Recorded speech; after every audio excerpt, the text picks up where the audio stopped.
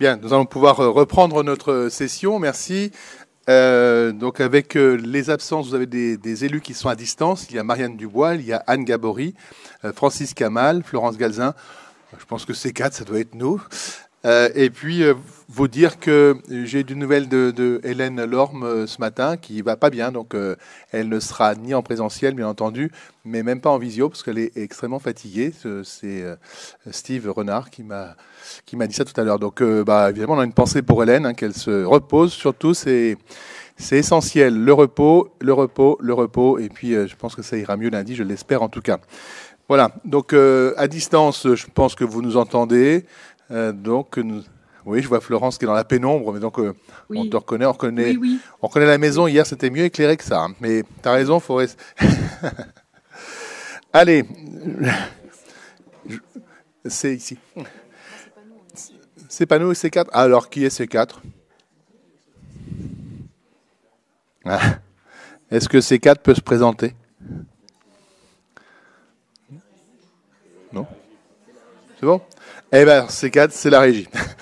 Bien, allez, on va donc reprendre l'examen des rapports de la commission F, et je propose à la présidente Laurence Bellet de nous exposer ce rapport. Merci, Président. Ça ne fonctionne pas, c'est pas grave. Je pense qu'il va falloir augmenter le son, parce que d'habitude, j'ai plus de son que ça. Ah, ça fonctionne. Bonjour à tous. Non ?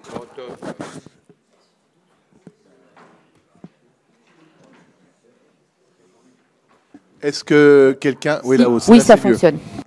Bien, vous nous aviez déjà entendu, donc rebonjour. J'espère que tout le monde a profité de ce petit marché pour acheter ses tomates. Ça fait partie de la culture. Alors, on va attaquer là ce matin avec le fonds, le FAC, Fonds d'accompagnement culturel aux communes, puisque, comme on vous l'a dit hier dans un propos introductif du président, nous allons, sur cette année, vous proposez une saison culturelle départementale. Ça fait partie des 12 actions clés du projet de mandat jusqu'à 2021-2028, puisque nous souhaitons renforcer l'attractivité du territoire loiretain et garantir surtout une politique culturelle dynamique pour tous. Et donc, on fait une petite révision de ce programme qui était institutionnel chez nous. Aujourd'hui, l'aide prend la forme d'une participation à l'achat de spectacles dits d'art vivant, le théâtre, la danse, la musique, les contes et les arts du cirque. Et puis, on a fait donc une étude qui nous donne les tableaux que vous avez dans ce rapport avec un cumul de subventions allouées par discipline. Il est intéressant de voir comment ça se dispatche dans les choix des communes. Et puis, surtout, le nombre de dossiers que nous avons donc soutenus, sachant qu'évidemment, 2020 et 2021 résultent d'une situation sanitaire qui nous a fait évidemment moins nous réunir, que ce soit pour des spectacles ou autres. Donc, souhaitant améliorer l'organisation des spectacles sur nos territoires, renforcer surtout la lisibilité de l'aide du département, nous allons donc vous proposer finalement de créer une saison culturelle annuelle départementale en remplacement. La création de cette saison culturelle, elle repose sur des étapes et des moyens mis en œuvre que vous avez décrits là, mais je vais les reprendre. Il y a donc l'approbation par l'Assemblée départementale du règlement saison culturelle départementale à cette session que nous vivons, un appel à propositions artistiques pour la saison culturelle auprès des professionnels du spectacle vivant de juillet à septembre 2022. L'objectif également, au-delà de soutenir plus de communes, c'est également bien sûr de soutenir les artistes et les différentes compagnies de manière plus élargie. Une élaboration donc de catalogue de spectacles qui se fera d'octobre à décembre, une fois qu'on aura reçu les propositions artistiques. Puis nous les enverrons donc aux communes qui pourront faire ce choix de spectacle entre janvier et mars. Et nous élaborerons un guide de la saison culturelle annuelle en avril et mai 2023 pour que la saison culturelle puisse commencer au 1er septembre 2023. Je vous précise qu'évidemment, le FAC actuel, il n'est pas question qu'il soit stoppé net là. Il va continuer jusqu'à temps que cette saison culturelle prenne le relais. Vous avez donc en annexe le règlement. Une chose importante à noter, c'est que nous augmentons le nombre de communes puisque jusqu'alors, c'était des communes de moins de 10 000 habitants et que nous montons à des communes de moins de 15 000 habitants. Donc, ça élargit évidemment un peu le spectre. Et puis, une autre chose très importante, c'est qu'aujourd'hui, nous avions une vision très loiretaine, puisque les artistes et ou compagnies devaient être loiretains. Aujourd'hui, on ouvre à des associations culturelles ou des artistes installés évidemment dans notre département, mais également les départements de la région Centre-Val de Loire et limitrophes, puisque vous avez là la liste, le Cher, l'Eure-et-Loire, l'Indre, l'Indre-et-Loire, le Loir-et-Cher, la Nièvre, la Seine-et-Marne, l'Yonne et l'Essonne seront éligibles. Donc ce sont les avancées les plus marquantes. Nous avons également une subvention proposée qui est à 2 niveaux, puisqu'une subvention plafonnée à 2 000 € si la sélection du spectacle est sans action de médiation, mais afin de se tourner vers le monde également scolaire, nous mettons un bonus de 500 € avec une subvention plafonnée à 2 500 € si la sélection du spectacle est avec une action de médiation. Voilà les faits, le règlement, la partie des règlements le plus saillant. Les projets non subventionnables, on vous l'a remis en gras, mais c'était déjà comme ça dans le FAC actuel. Les festivités du 14 juillet, par exemple, ou les fêtes de Noël ne sont pas éligibles, et ça, c'était déjà le cas. Donc, voilà pour le règlement. Et puis, il vous est également mis en annexe le calendrier que je vous ai donné tout à l'heure, avec ce qui va se passer entre aujourd'hui, adoption, si vous le souhaitez et si vous votez positivement cette saison culturelle, l'adoption du nouveau règlement en juin 2022, avec le déroulé qui vous est noté en annexe jusqu'en juin 2023. Voilà, et puis ainsi, évidemment, ça se répétera et après, ça prendra la cadence de chaque année. Mais ça permet de bien mettre en avant des artistes de manière élargie. Et puis sur les cantons limitrophes des départements, eh bien, on sait qu'ils ont forcément des connexions avec les départements de l'Yonne, par exemple, ou de l'Essonne. Et donc, il était intéressant d'être un peu perméable à ça. Voilà, Monsieur le Président, la présentation. Voilà, vous avez une cartographie importante aussi dans votre dossier qui vous montre les communes bénéficiaires du FAC sur le dernier mandat. Donc on voit quelques zones grises, des zones où il n'y a jamais eu de spectacle. Alors peut-être que le fait d'éditer déjà un catalogue de tous ces artistes que nous pourrions retenir dans cette saison culturelle, ça permettra de susciter peut-être quelques besoins sur les communes. Et puis le fait, comme l'a dit la présidente, élargir, passer de 10 000 à 15 000 habitants, ça permet aussi d'aller un peu plus loin. Donc voilà, je pense que c'est une modification qui me paraît intéressante et surtout qui est une véritable saison culturelle. Alors ça va être de nouveaux réflexes à acquérir pour les communes. Il va falloir qu'ils s'habituent à anticiper et à voir déjà pratiquement un an à l'avance quels seront les spectacles qu'ils organiseront sur leur territoire. Mais voilà, l'orientation me paraît intéressante. J'ai juste oublié de préciser, on est aujourd'hui dans le FAC avec une limite de 2 spectacles par an éligibles à une subvention, à une aide du département. Ce nombre de spectacles reste identique. Bien, y a-t-il des questions? Oui, Grégoire Chapuis. Bonjour à tous et toutes. Sur ce sujet, on partageait globalement le constat sur l'imperfection du système, même s'il avait un certain nombre d'effets bénéfiques, mais on était d'accord que la minorité de communes touchées était problématique et interrogeait sur son fonctionnement. Surtout le fait que ça soit souvent sur les mêmes communes que le fonds intervienne. En tout cas, ça prouvait que le fonds ne facilitait pas l'accès de l'ensemble des communes à des actions culturelles. L'idée d'une saison culturelle départementale est plutôt intéressante, d'avoir une vraie cohérence sur l'ensemble du territoire et une réflexion globale et même une mise en valeur globale est plutôt intéressante. Et même l'idée d'un catalogue, même si elle peut susciter un certain nombre de questions, si elle permet de faciliter l'accès à ces actions et à ces interventions pour toutes les communes, y compris celles qui ne disposent pas de services leur permettant d'aller vraiment monter ces dossiers, est plutôt intéressante. Cependant, il y a quand même un mais. Sur ce catalogue, justement, Il y a un certain nombre d'inquiétudes sur la façon dont il sera composé. Vous aviez évoqué l'origine des artistes et des troupes qui s'élargissent sur des territoires proches, même si je vois bien la logique. Il faudra s'assurer quand même du fait que ce soit une majorité quand même de troupes et d'artistes loiretains, et pas d'une courte tête, mais très largement des artistes locaux, parce que c'est aussi quand même notre rôle de valoriser ce qui se fait sur le territoire, et je pense que notre territoire est suffisamment riche pour nourrir les actions de l'ensemble des communes. Aussi des questions sur la diversité, sur la mise en valeur d'artistes très locaux, donc qui n'ont pas forcément des grosses structures. Et donc pour ça, je m'interroge, mais après on verra à l'usage, mais sur le fonctionnement de la création du catalogue et la place qu'auront les communes dans la création de ce catalogue, c'est-à-dire la capacité et la possibilité qu'elles auront de signaler d'elles-mêmes en fait les dossiers qu'elles montaient auprès du fonds, est-ce qu'elles pourront les monter en amont sur ce catalogue et donc proposer des troupes locales, y compris des toutes petites troupes, de nourrir en fait ce catalogue sur des projets qu'ils avaient prévu de mettre en place, qu'elles ont prévu de mettre en place et qui du coup, plutôt que les empêcher, on le met à disposition d'un certain nombre d'autres communes qui pourraient être intéressées, sans que forcément les services départementaux les aient eu dans leur radar. Enfin, voilà. Est-ce que les communes pourront être acteurs de ce catalogue dans sa création et pas seulement consommer le catalogue qui sera défini au niveau départemental. Un autre sujet, on a échangé hier, on a évoqué hier, même si ça a mis du temps à arriver, mais c'est arrivé quand même, la guerre entre l'urbain et le rural, le décalage voilà, entre l'urbain et le rural. Et je trouve que c'est dommage parce qu'en fait, avec cette histoire de plafond de population, c'est ce que vous mettez en place. Soit c'est une saison culturelle départementale, et je trouve ça très bien. Et dans ces cas-là, elle est départementale, comme son nom l'indique. Elle est sur l'ensemble du territoire départemental.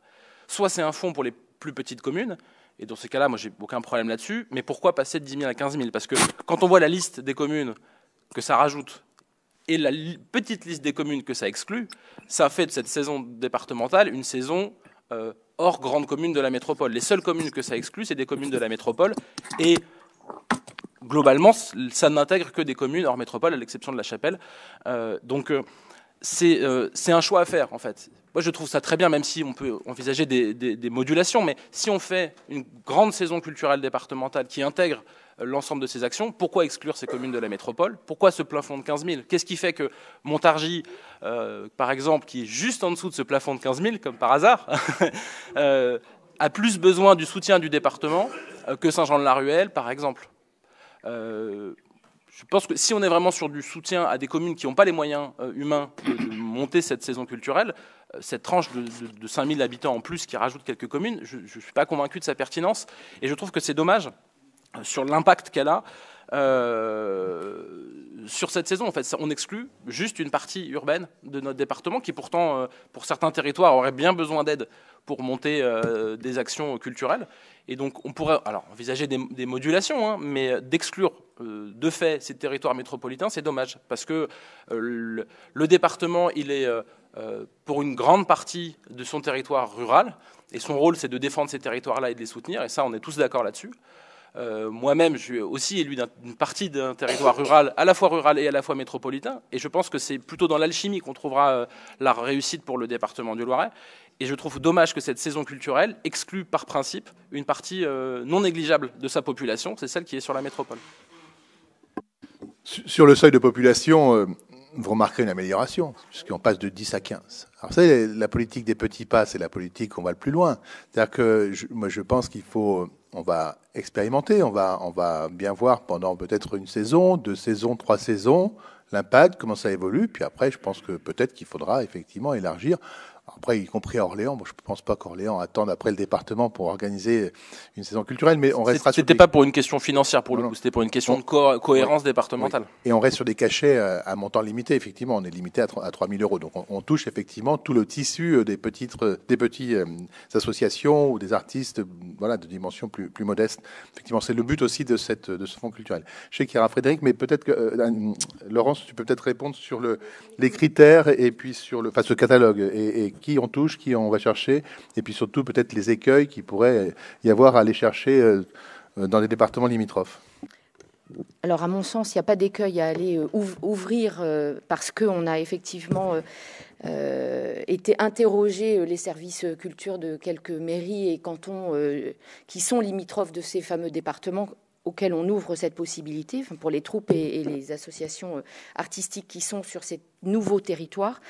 Et effectivement, il y a des vraies connexions entre Courtenay et Lyon. Enfin, donc il ne faut pas se voiler la face. Il faisait déjà fonctionner, mais sans pouvoir avoir d'aide.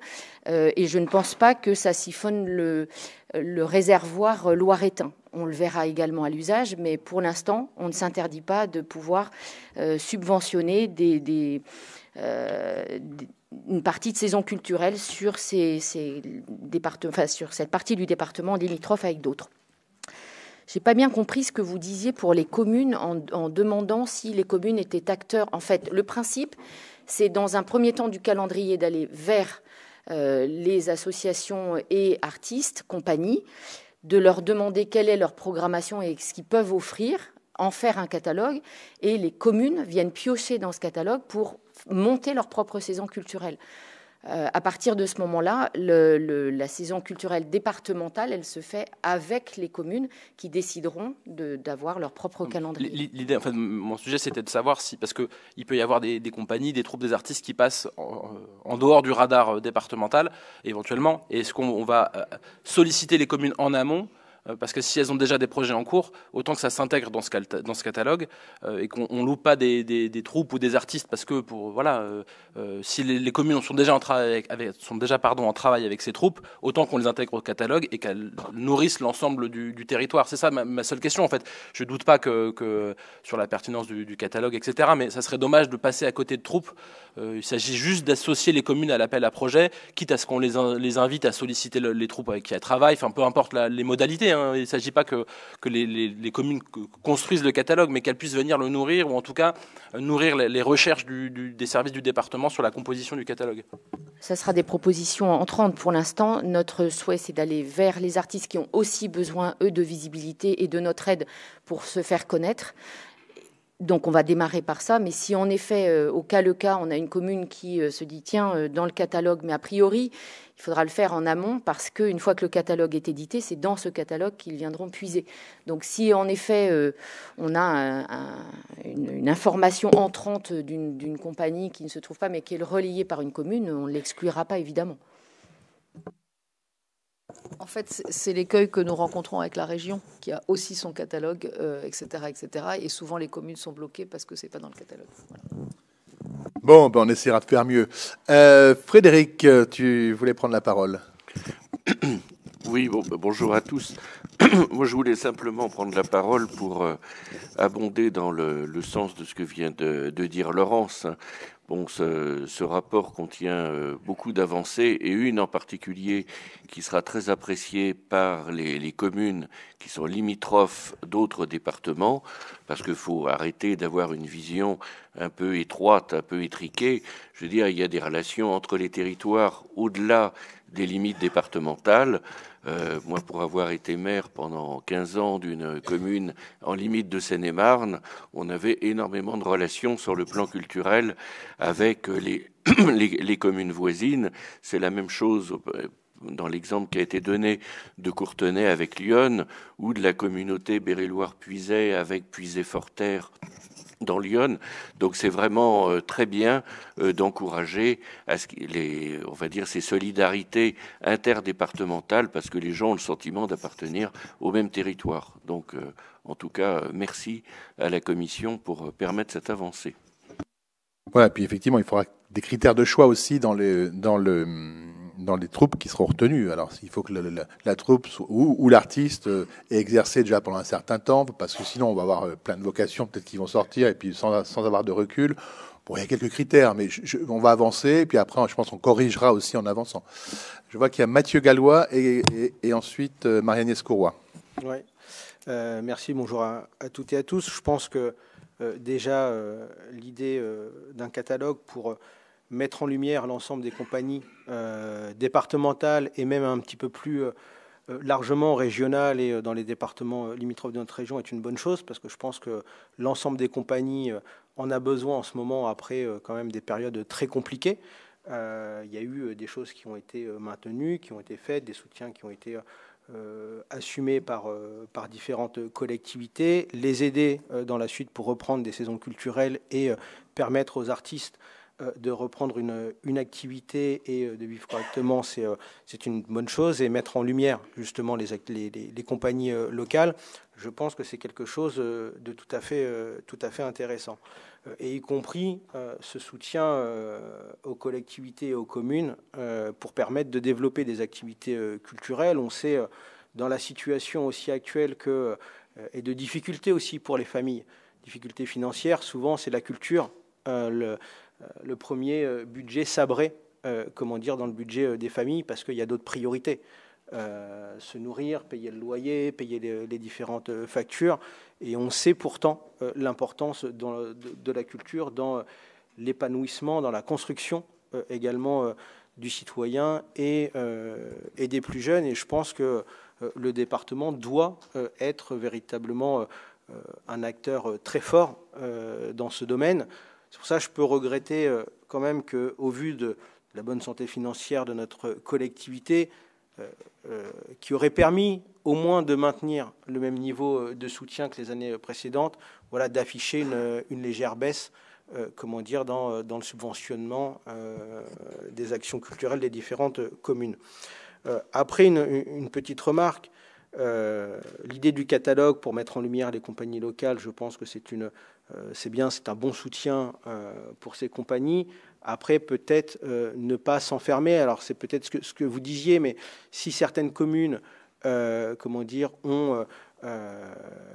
décident d'organiser des spectacles, des actions culturelles, y compris en associant les citoyens, les plus jeunes, les écoles, les centres de loisirs, en faisant de la gratuité, en essayant d'associer un maximum de personnes, mais qu'elles ne passent pas forcément par une compagnie départementale ou régionale, peut-être ne pas les exclure quand même du subventionnement. Voilà, parce que c'est aussi le rôle du département de soutenir ces collectivités, ces petites communes, dans l'organisation d'actions culturelles de ce type. Ouais. Non, il faut des règles quand même. Là, sur ce qu'on souhaite, c'est vraiment une saison culturelle, donc il faut qu'on instaure des règles. Après la kermesse des écoles avec, la pêche à la ligne et tout ce que vous voulez autour. Je ne parlais pas de kermesse des écoles ou de choses comme ça, puisque de toute façon, c'est réservé à un certain public et c'est très clairement dit dans le rapport que ce n'était pas éligible à ces subventions-là.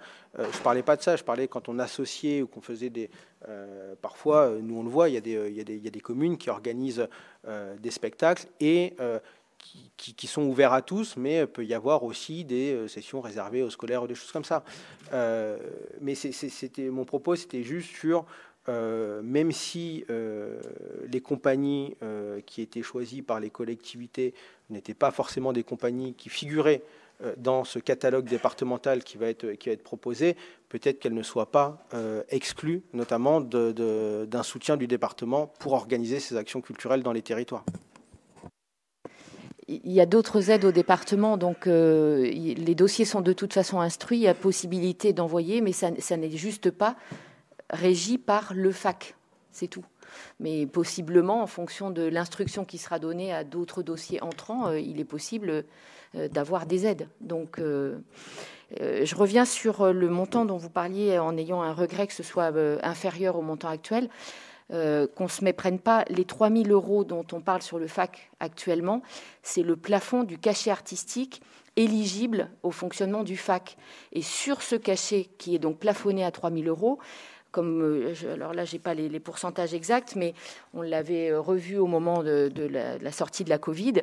Je crois que le taux le plus élevé est de 60 ou 65% de ces 3 000 € et toutes les autres dépenses ne sont pas éligibles au FAC.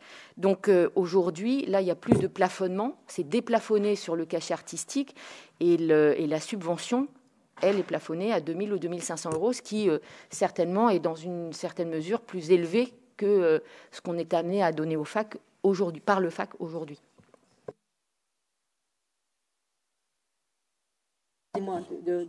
C'était pas clair du tout à la lecture. À la lecture, c'était le plafond de l'aide était à 3 000 et nous la passons à... C'est pas le plafond de l'aide, c'est le plafond des dépenses éligibles sur le cachet artistique. Eh ben, Mais c'est bien de le préciser. On remettra un petit mémo là-dessus. 60%. Comment ? Et du coup, pourquoi de 65 à 60%? C'était le règlement actuel du FAC qui a été voté en d'autres temps. Non, mais vous inscrivez aussi que c'était à 65% auparavant. Ça dépendait. À 60%. Mais franchement, oui, ça passe clairement de 65 à 60. Bon, on est sur un taux légèrement inférieur, 5% sur une somme de 2 000 euros. Bon, on n'est quand même pas... Oui, non, si c'était pour être dans des chiffres plus clairs, plus lisibles, plus audibles. Bon, ok. Enfin, voilà la philosophie, en tout cas, de ce règlement qu'on met en place. Mais comme je vous l'ai dit, on a fait évoluer, le précédent, il avait évolué. Donc là, il y aura peut-être aussi une évolution dans les prochaines années. Marie-Agnès Courroy avait demandé la parole. Oui, beaucoup de choses ont été dites. Je voudrais quand même revenir sur les petites communes. J'aime pas trop cette idée de centraliser l'ensemble. Il y a plein de petites communes qui ont des activités culturelles dynamiques, qui font des choses et qui ont déjà prévu. Alors, ça va fonctionner là, mais on travaille l'année X pour l'année X+1, bien plus en amont, et c'est ancré dans le territoire. C'est des relations aussi souvent pérennes avec certaines associations. C'est un certain rythme qui se fait et qui fonctionne très bien. Moi, je pense que le fait de décentraliser ces choses-là, de centraliser ces choses-là, elles vont perdre en humanité, elles vont perdre en richesse sur nos petites communes. Maintenant, 65 à 60% sur un budget de commune, pour l'association qui porte le dispositif, c'est important. Ça a été 65% que pour une année. Et ça a été à 65% que pour une année. Non, avant, on était en dessous. Bah oui, mais tout le monde était super content d'avoir ces 65%. On était en pleine crise Covid, en plus. Attends, c'est pour ça que ça a baissé aussi, d'ailleurs. Mais on en sort petit à petit. Non, mais les 65%, on les a eus. Moi, je m'en occupe un peu à Chanteau. Je vois bien que les 65%, on les a eus et que tous les ans, on demandait 2 spectacles. On en fait 3, on demande la subvention de 2. Et avec une richesse culturelle importante. Le catalogue, c'est bien, mais qu'il ferme plutôt. Enfin, je voudrais qu'il ouvre. Ben si, parce que en amont, un an avant, on va travailler avec une avec une association qui n'est pas tout à fait qui n'est pas dans le catalogue. C'est pas possible. Il faut être dans cette dynamique-là. Maintenant, l'augmentation de 15% pour ce qu'on appelle là de la médiation, c'est bien. Mais les communes, on le faisait. Le spectacle enfant travaillait avec l'école, ainsi de suite. Mais je pense que il y a plus de dynamisme quand on soutient, mais qu'on laisse l'initiative complète aux gens. Et je pense que là, on perd de l'initiative, ça j'en suis sûre, on perd de la proximité. Le territoire, il ne se ressemble pas, bien sûr que si. Ce sont les communes qui vont quand même avoir la relation avec l'artiste et leur choix. Nous, on n'intervient pas du tout dans le choix, ni dans la thématique, ni dans la répartition territoriale, donc ce contexte et ce contact avec les associations, les artistes restera identique. J'en suis sûre. Ouais. Ben, pas moi. Non, mais actuellement, Marie-Agnès. Et après. Non, mais aujourd'hui. Il y a bien une sélection de troupes théâtrales ou d'artistes sur lesquels, aujourd'hui, c'est pas tous les artistes qui sont éligibles. Bien sûr. Non, mais il faut qu'ils soient du Loiret. Il y a quelques critères qui disent que. Mais là, on aura déjà tous ceux-là, ils seront dans le catalogue obligatoirement. Je sais pas. Je te le dis, je vous le dis, ma chère collègue. Mais non, mais même le catalogue sera, à mon avis, encore plus étoffé que ce qu'il n'est aujourd'hui. Ça peut être un outil intéressant, mais il faut que ça reste un outil. Il ne faut pas que ça reste une. Si on l'a proposé, c'est parce que c'est une amélioration par rapport à l'existant. Une très large amélioration. Et comme l'a dit Frédéric, on va aller chercher sur les départements voisins, donc il y aura une offre plus importante. Il y aura un outil interactif aussi qui pourra faire que vous aurez une application à terme, je ne sais pas si elle sera prête pour l'année prochaine, mais vous allez cliquer sur, je sais pas, soit vous allez faire une recherche, je veux voir un spectacle de clown mesurant 1m95. Eh bien, je caricature volontairement. Mais oui, je caricature. Eh ben, vous allez chercher quelque part et vous allez voir qu'il y a cette troupe théâtrale qui va se produire à Champoulet, par exemple. Eh ben, vous habitez Fleury, vous dites, tiens, je vais aller voir ce gars à Champoulet. Mais je pense que c'est un dispositif qui, cependant, pouvait très, très bien fonctionner et apporter la culture en autonomie sur tous les territoires. Mais bon, on verra. Mais les 65 à 60% et le fait d'être payé après, ça va être difficile pour les communes. Parce que les communes... non, toujours. Ça a toujours été le cas. On ne paye pas une subvention à l'avance. Là, ce sera simplement, il n'y aura plus de dossier au fil de l'eau. Ce qu'on aura, c'est qu'il y ait une anticipation. On va quand même terminer le FAC jusqu'à son terme. Il y aura peut-être un petit peu de doublon. Il y aura peut-être Il y aura peut-être à un moment, si il y aura le droit de, comment on appelle ça, pas le droit, comment ça s'appelle, le droit à l'erreur. Je crois que c'est inscrit. Donc il y aura peut-être le droit à l'erreur aussi pour une phase transitoire. Mais quoi qu'il en soit, vous le verrez, ça va être une amélioration considérable. Ah ben bon, écoute, oui. Merci, Aude Denisot. Bonjour à tous. Je voudrais juste que chacun ait bien en tête la carte qui nous a été transmise avec énormément de grilles. Ce qui prouve qu'actuellement, on a des difficultés. Voilà. Et quand je me fais porte-parole des communes sur le territoire, actuellement j'en accompagne 2 qui peinent à organiser des événements parce qu'elles me disent, on ne sait pas qui contacter à part les 2-3 compagnies qu'on connaît d'habitude et qui habitent pas trop loin de chez nous.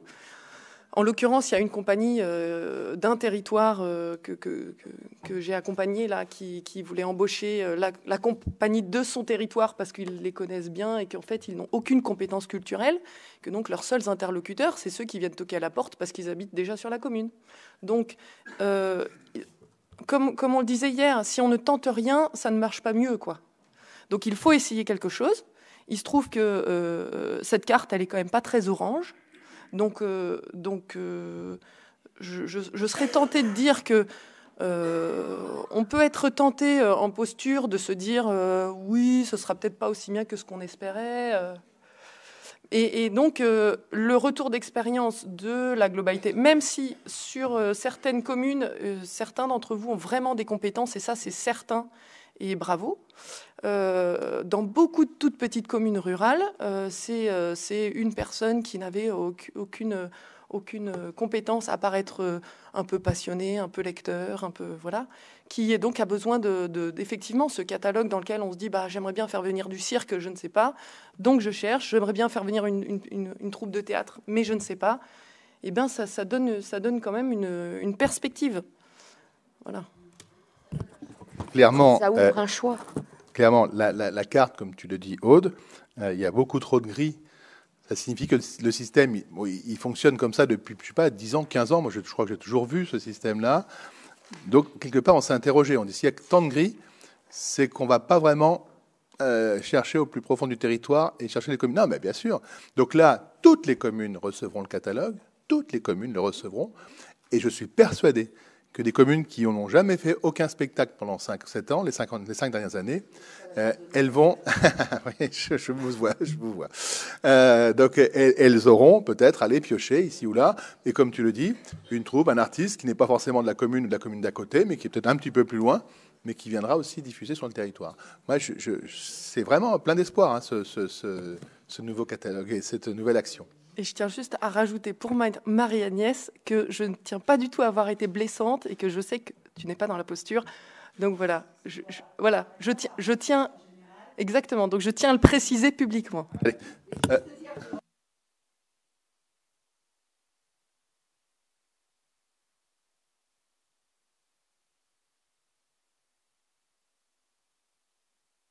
Allez, c'est une extraction. Christine Tellier avait demandé la parole et puis ensuite on va peut-être passer au vote. Oui. Alors simplement, moi à la lecture du rapport, j'ai effectivement vu cette baisse que je trouve dommageable, même si on est sorti. Et voilà, c'est par principe le soutien à la culture et surtout dans la ruralité. Bon, voilà.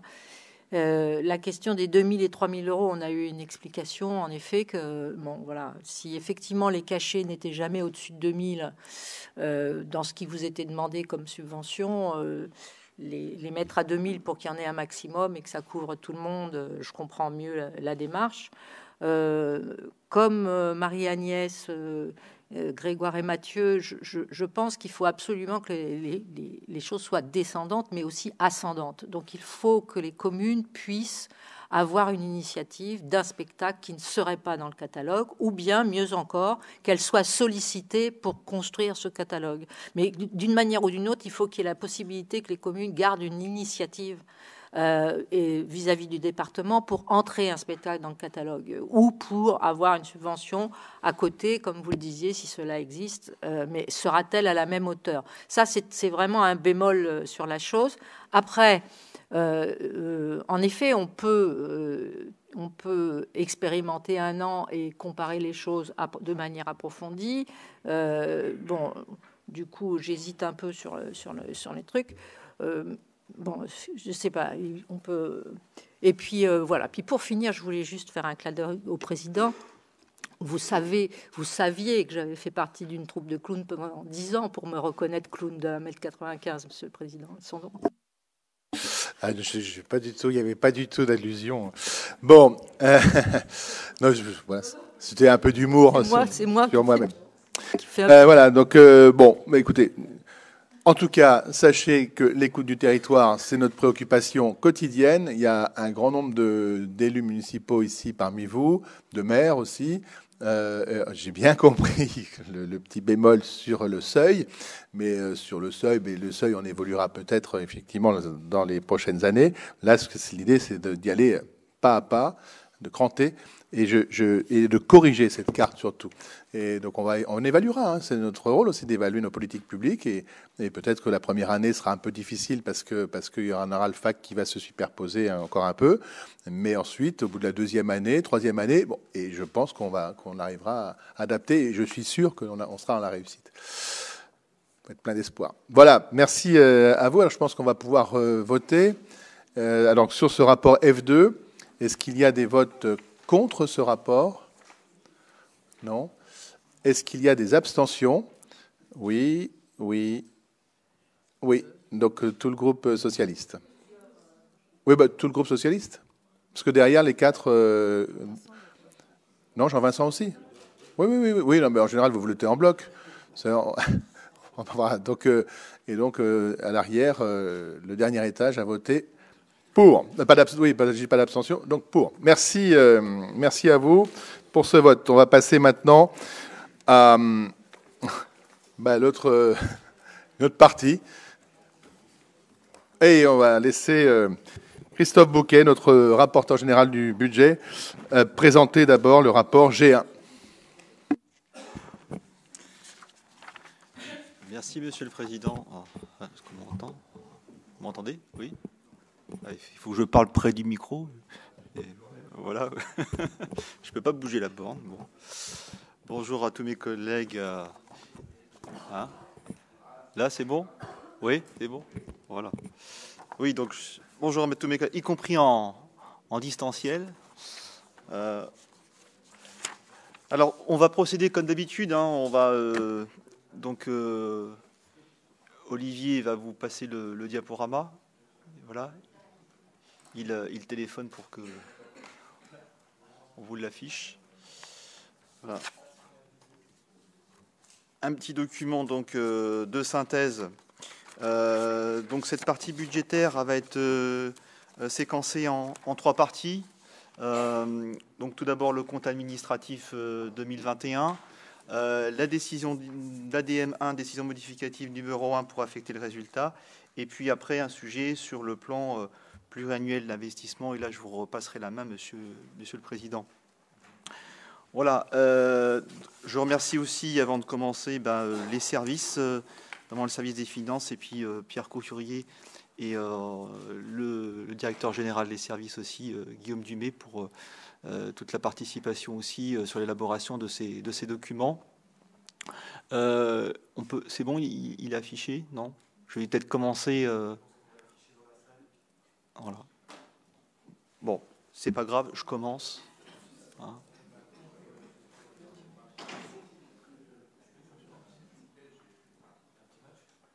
Voilà, ça y est. On est sauvés. Voilà.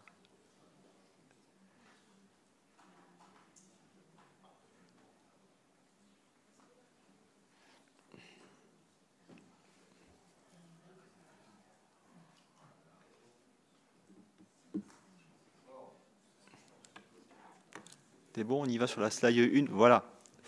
Donc on avait un compte administratif 2020 qui était impacté par la crise sanitaire.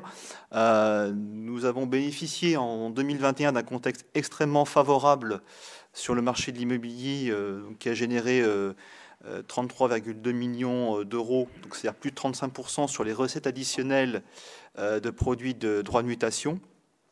Et par conséquent, ces recettes de fonctionnement ont sensiblement amélioré notre épargne brute, hein, comme vous pouvez le constater, avec donc ces 30,8 millions d'euros voilà, qui sont affichés sur cette première slide.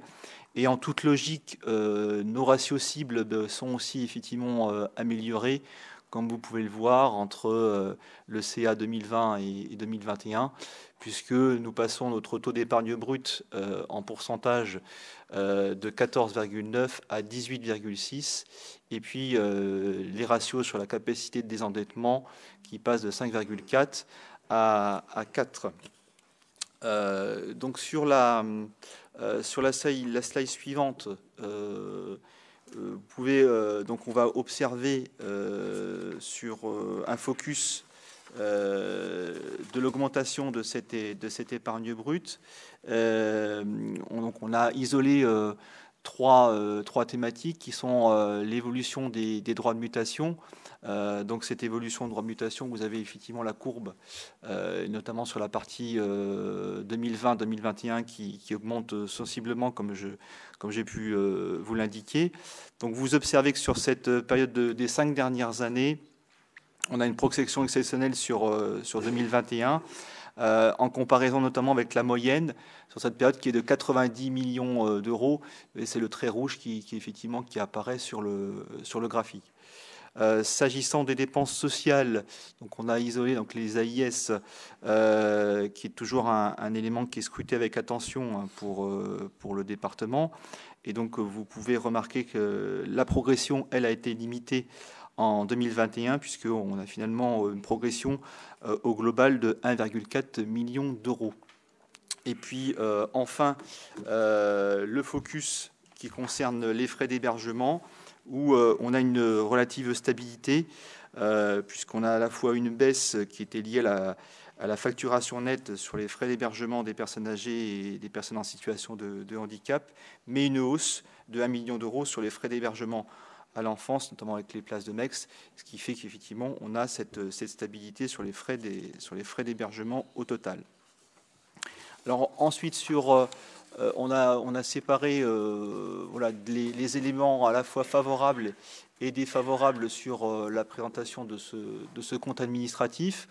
Donc ce qu'on a pu noter sur les facteurs favorables, donc je viens de le rappeler, c'est bien sûr cette hausse sensible des produits de droits de mutation de 33,2 millions d'euros, des recettes aussi supplémentaires en APA de 3,8 millions d'euros, et puis 3,5 millions d'euros sur la fraction complémentaire de TVA, ce qui fait un total de 46,6 millions d'euros pour ce secteur.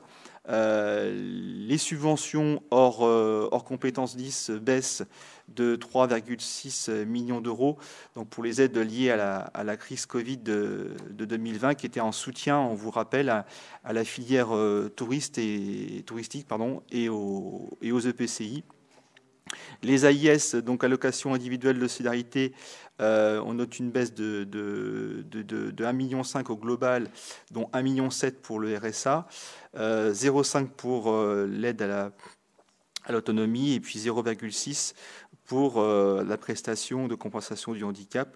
Donc il y a quand même une disparité, hein, toujours entre les trois ARS, puisque la prestation de compensation pour le handicap continue d'augmenter. Une baisse aussi à noter sur les frais d'hébergement, comme je vous l'ai indiqué sur le graphique précédent, au total de 2 millions d'euros sur la prestation personnes âgées et puis handicap, et puis une augmentation de 1 million sur les frais d'hébergement pour l'enfance, ce qui fait au total donc un résultat net de moins 1,3 million d'euros. La baisse sur les frais financiers qui est liée à la baisse des taux dont on a pu aussi bénéficier en 2021, avec une gestion active de la dette et des financements contractés directement sur les marchés financiers à des conditions qui sont plus favorables qu'un recours direct aux établissements bancaires.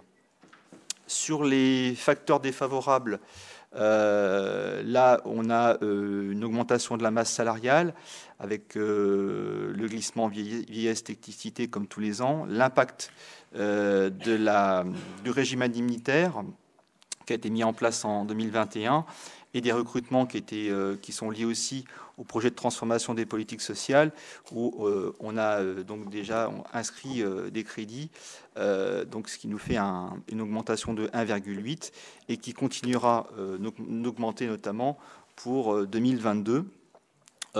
Augmentation qui continuera aussi pour les achats qui enregistrent une hausse avec la reprise d'activité suite à la crise sanitaire et notamment l'augmentation des coûts de matières premières et des prix de l'énergie pour 1,7 million. Les contributions obligatoires, elles augmentent dans une proportion aussi relative de 0,6 pour la prévention spécialisée, 0,3 pour les collèges, 1,7 pour le SDIS, dont il y a 1,5 million en subvention pour la prime de feu. Donc voilà, c'est sensiblement ça qui fait ce résultat de 2,7 millions d'euros supplémentaires. Les autres recharges de gestion courante consacrées notamment à la Maison de l'Enfance suite à la création du site d'Amilly. Et puis un impact négatif sur la péréquation horizontale, mais le conseil départemental reste avec un bénéfice net de 3,2 millions d'euros, donc ce qui fait au net une baisse de 1,7 million d'euros. Et puis enfin, et non pas des moindres, la dotation aux provisions où nous retrouvons les 15 millions qui sont affectés sur la sécurisation du canal qu'on vous avait déjà présenté lors du dernier budget. Je vais pas. Alors sur le slide suivant, vous avez le détail de ce que je viens de vous présenter, mais sous forme de tableau. Donc je ne vais pas forcément revenir dessus. Voilà. Donc ça c'est la récapitulatif des dépenses de fonctionnement qui progresse de 16 millions d'euros et donc à peu près dans ce qui revient à 3%, sous l'effet de l'évolution des dotations aux provisions. Sur les recettes de fonctionnement, elles progressent de 43,9 millions d'euros. Donc en lien avec toujours cette dynamique sur le marché de l'immobilier et cette augmentation de droits de mutation de 33,2 millions d'euros. Parmi les autres recettes d'exploitation, on retrouve de façon notoire aussi celle qui concerne la compensation sur l'allocation de personnes, l'allocation autonomie. Donc ça, c'est la compensation qui est due à la revalorisation des salaires des SAD pour 3,8 millions d'euros. La CVAE, on a juste un petit écart, une petite baisse de 0,2 millions d'euros.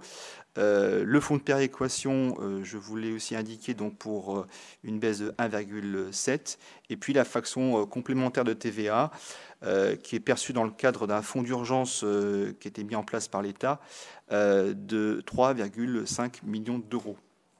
Les recettes financières, donc là, on a une baisse de 0,2. Les recettes exceptionnelles, donc là, pour mémoire, c'est principalement l'évolution des produits de cession suite à la vente du site Alstom qui était intervenu en 2020 et qui représentait 3,4 millions d'euros. Et puis des reprises sur provision qui restent à peu près stables avec une baisse de 0,1. Voilà, ce qui fait bien un total général de 43,9 millions d'euros d'écart entre les deux CA. Voilà pour ce qui concerne la section de fonctionnement. On passe à la section d'investissement. Alors tout d'abord avec les dépenses. Donc on maintient un fort niveau d'investissement malgré donc une baisse sur les dépenses d'équipement.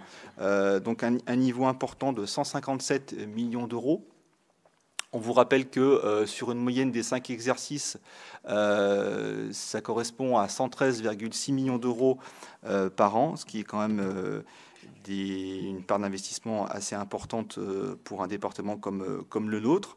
Alors, ces dépenses d'équipement, elles se décomposent d'une part entre les équipements départementaux de l'ordre de 115 millions d'euros, les programmes d'aide, donc je vous rappelle pas, hein, c'est le volet 2, 3 et 4.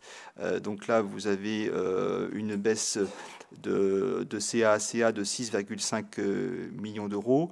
Les opérations pour compte de tiers, donc un écart de 1,3 million, donc qui était lié à la finalisation des travaux pour la construction d'un gymnase et d'une salle polyvalente pour le compte d'Orléans Métropole.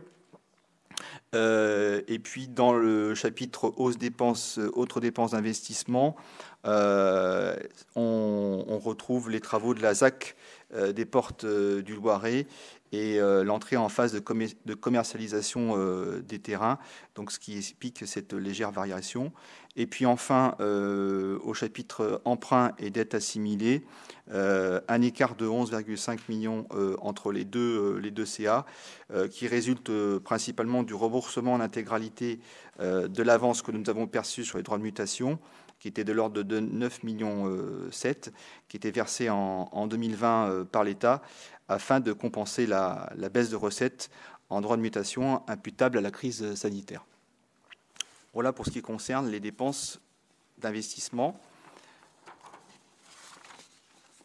On a notre graphique que vous retrouvez aussi sur notre présentation que nous avions fait aussi sur le budget primitif pour illustrer la part des domaines d'investissement.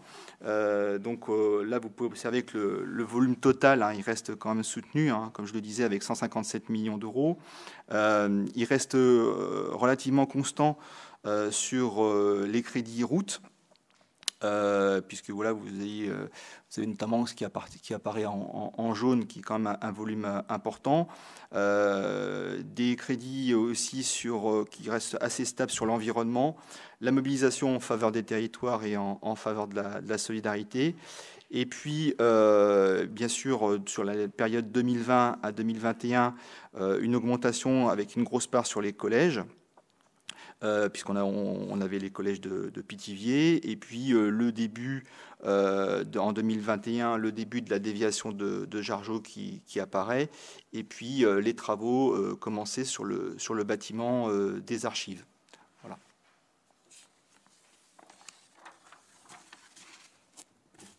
Sur la partie recettes d'investissement, donc les recettes d'investissement, une diminution de 45 millions d'euros sous l'effet d'un plus faible recours à l'emprunt, hein, puisque c'est normal, puisque c'est lié à l'autofinancement qu'on a dégagé, que je vous ai présenté au début de ma présentation. Donc au chapitre des dotations qui sont liés au produit du FCTVA, eh bien, on a un écart de 5,1 millions d'euros, puisque c'est normal, on était sur des investissements qui étaient importants sur l'année précédente. Sur les subventions d'investissement, vous noterez un écart de 3,6 millions. Là, on retrouve notamment les subventions qui sont perçues pour les collèges, notamment par la communauté de communes du Pithiviers et la commune de Dadonville. Les emprunts et les dettes assimilées, l'écart qui est le plus sensible de 63,7 millions d'euros lié donc à cet autofinancement. Au chapitre des autres immobilisations financières, un écart de 3,9 millions d'euros, donc on a qui sont liés aussi là au reversement du budget annexe de la ZAC des Portes du Loiret, pardon. Et puis enfin au chapitre divers, et notamment des cessions, 6 millions d'euros qui sont liés aux recettes perçues dans le cadre des travaux réalisé pour le compte de tiers avec la livraison du gymnase Orléans Nord-Est et le remboursement par la ville d'Orléans.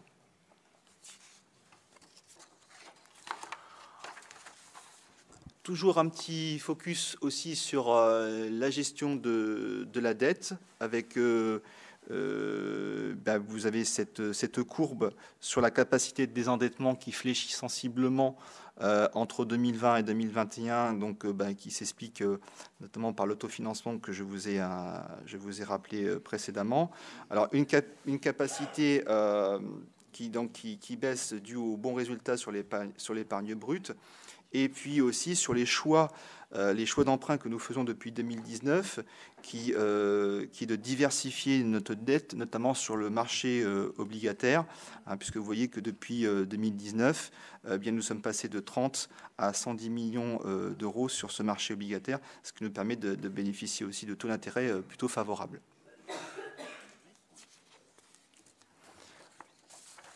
Au niveau de la structuration de cette dette et de la trésorerie, je rappellerai les principales caractéristiques. Donc 46 millions d'euros d'emprunts en 2021, donc 20 millions d'emprunts sur le marché obligataire, un encours de dette qui est de l'ordre de 479,6 millions d'euros au 31 décembre 2021. Une dette qui est globalement sécurisée, puisque vous voyez qu'elle est composée majoritairement de taux fixes à pratiquement 80%. Et puis, donc, ce recours au marché financier qui nous permet de faire des économies, et notamment sur l'année d'un gain de 400 000 euros, ce qui n'est quand même pas négligeable pour l'année 2021.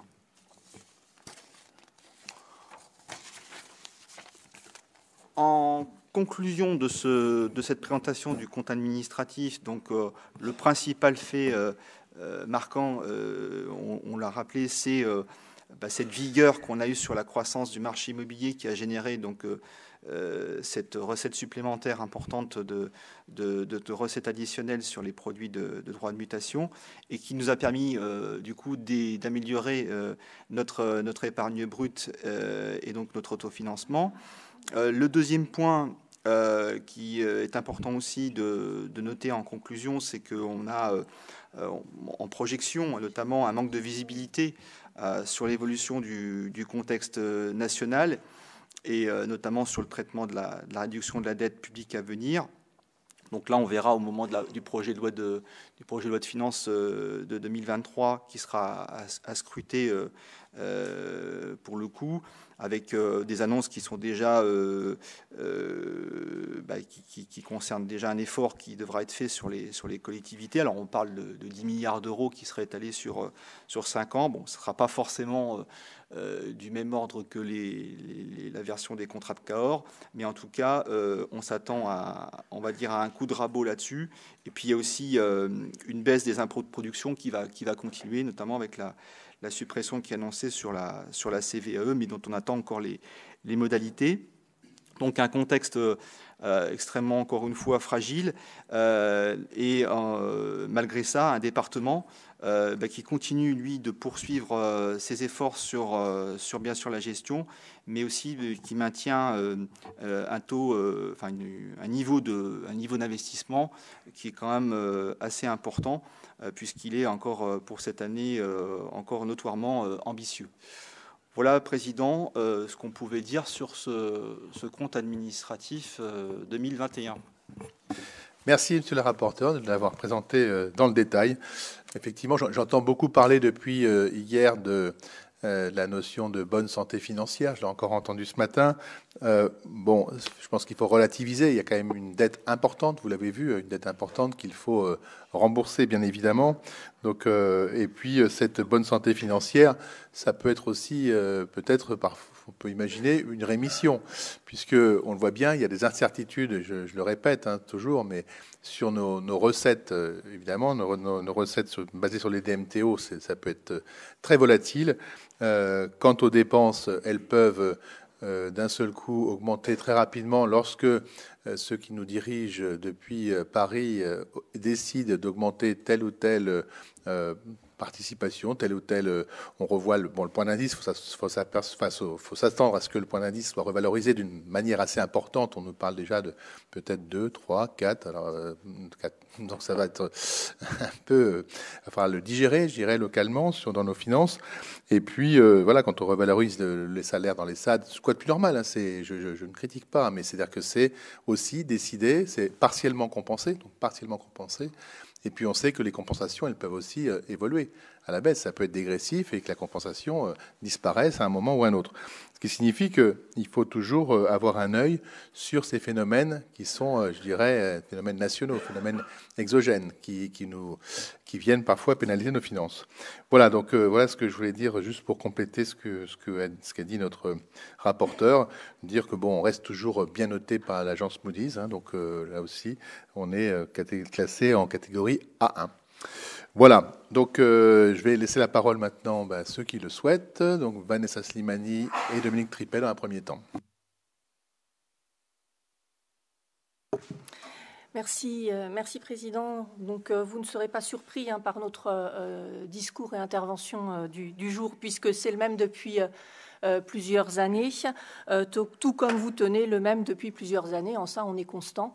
Vous évoquez effectivement une prudence que je comprends tout à fait. Nous avons, au-delà des 2 précédentes années que nous venons de vivre, et depuis le vote du budget, connu une nouvelle crise européenne, avec ce qui impacte fortement nos budgets dans toutes les collectivités, avec une visibilité assez floue sur l'augmentation des coûts des matières premières dans le cadre des marchés publics, l'augmentation des fluides.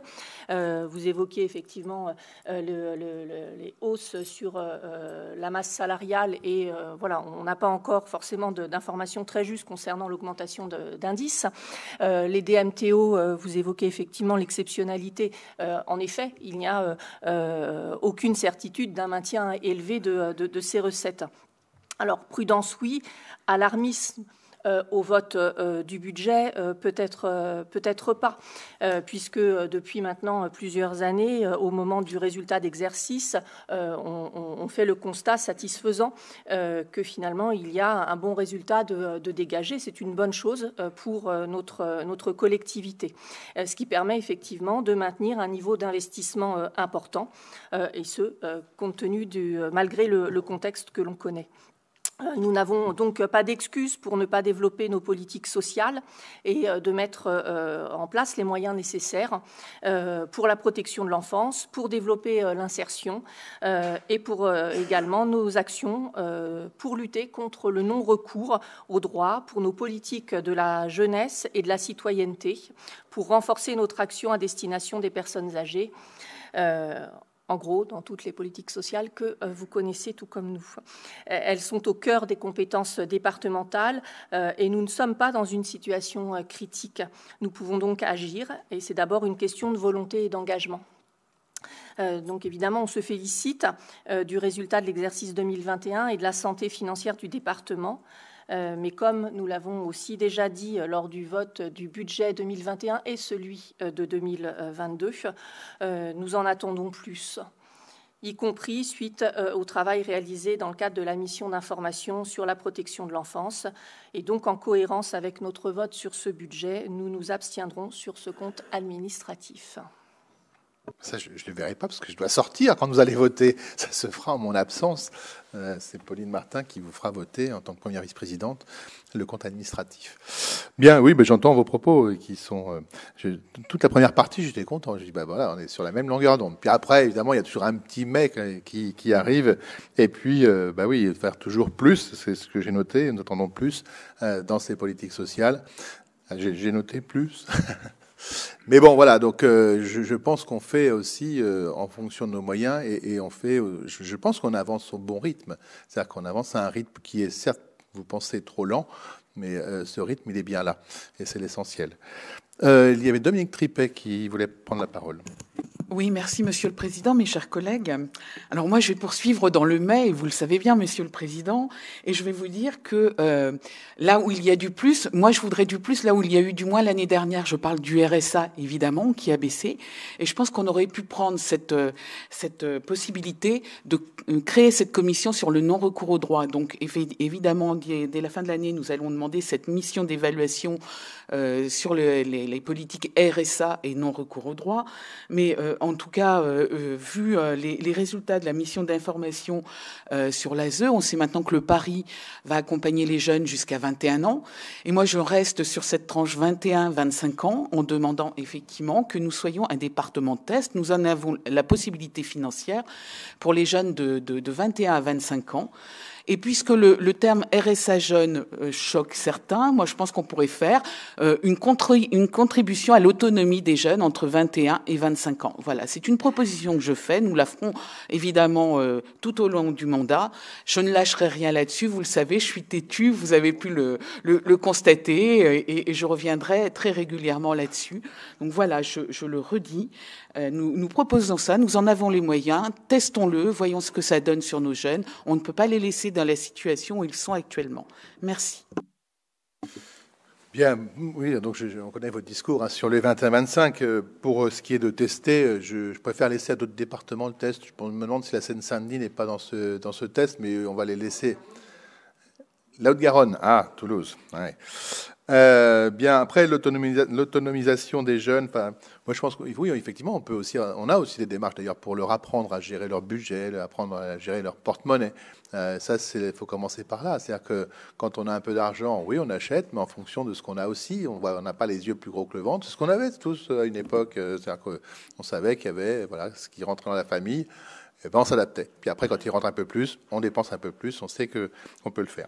Sur la baisse du RSA, du volume global de ce montant du RSA, c'est un volume global, effectivement, c'est parce qu'il y a une baisse du nombre d'allocataires et on ne peut que s'en réjouir.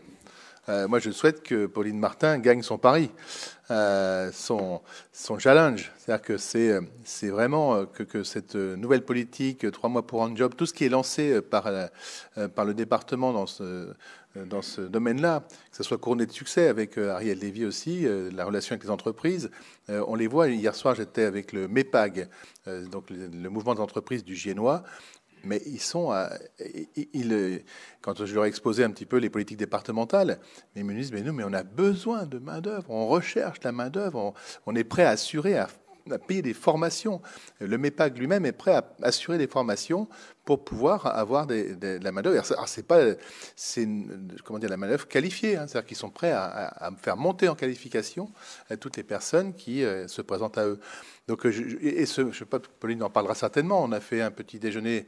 Vous avez fait un petit déjeuner d'entreprise.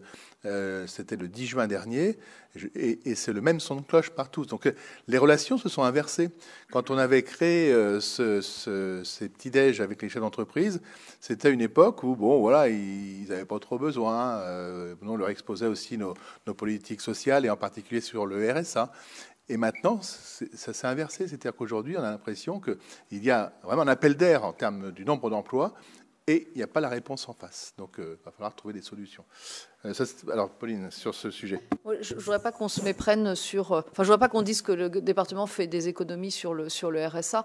Alors, effectivement, il y a une baisse de bénéficiaires, mais Madame Tripet, vous avez bien vu que dans la commission, on avait augmenté un certain nombre d'associations qui interviennent dans le domaine de l'insertion et qu'effectivement, comme l'a souligné le Président, on a aussi lancé nos propres politiques.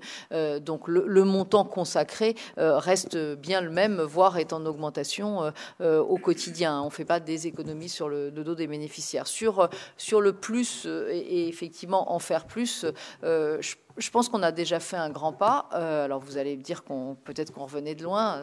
Je connais le discours, mais je pense qu'il faut qu'on avance aussi au rythme de nos équipes. Hein, vous savez quels sont les problèmes de recrutement. Vous savez aussi qu'il y a des pratiques au sein de la collectivité et que on peut pas non plus changer de braquet comme ça du jour au lendemain. Donc oui, il y a un changement sociétal. Oui, il faut qu'on avance. Oui, il faut qu'on se remette en question. Mais je pense qu'il faut qu'on se remette en question, nous, en interne, et il faut qu'on se remette en question aussi l'action de nos partenaires. On en parle suffisamment dans la commission. Merci. Est-ce qu'il y a d'autres interventions sur ce compte administratif? Jean-Vincent Valiès. Oui, merci, Président, chers collègues.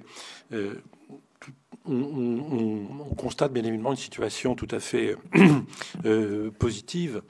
On constate aussi une prudence, mais enfin, la vie est faite d'imprévus, et puis il y a quand même des imprévus qu'on maîtrise un petit peu. On sait que, notamment sur la masse salariale, il va y avoir une augmentation qu'on ne peut pas maîtriser, mais enfin, on peut quand même raisonnablement penser qu'elle va être de l'ordre de 2 à 4%. Enfin, voilà, hein, on le sait aussi, on a des infos par les associations d'élus, etc.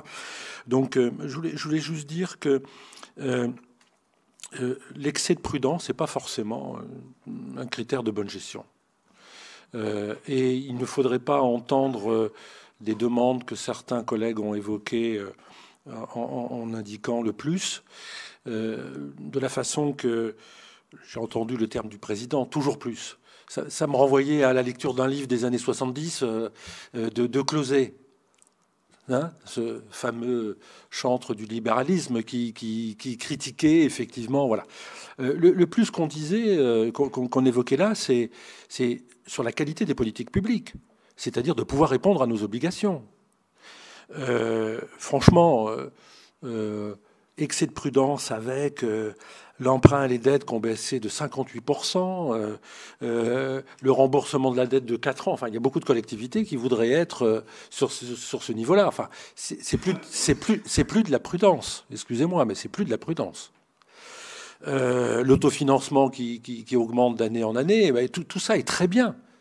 Mais est-ce que c'est les seuls critères de bonne gestion, c'est-à-dire, ben voilà, à la limite thésauriser ou répondre à nos besoins et aux besoins de la population. Un autre élément que je veux évoquer aussi, c'est qu'il ne faudrait pas non plus créer les conditions pour qu'effectivement le niveau national puisse dire les départements sont en tellement bonne situation qu'on va pouvoir les ponctionner.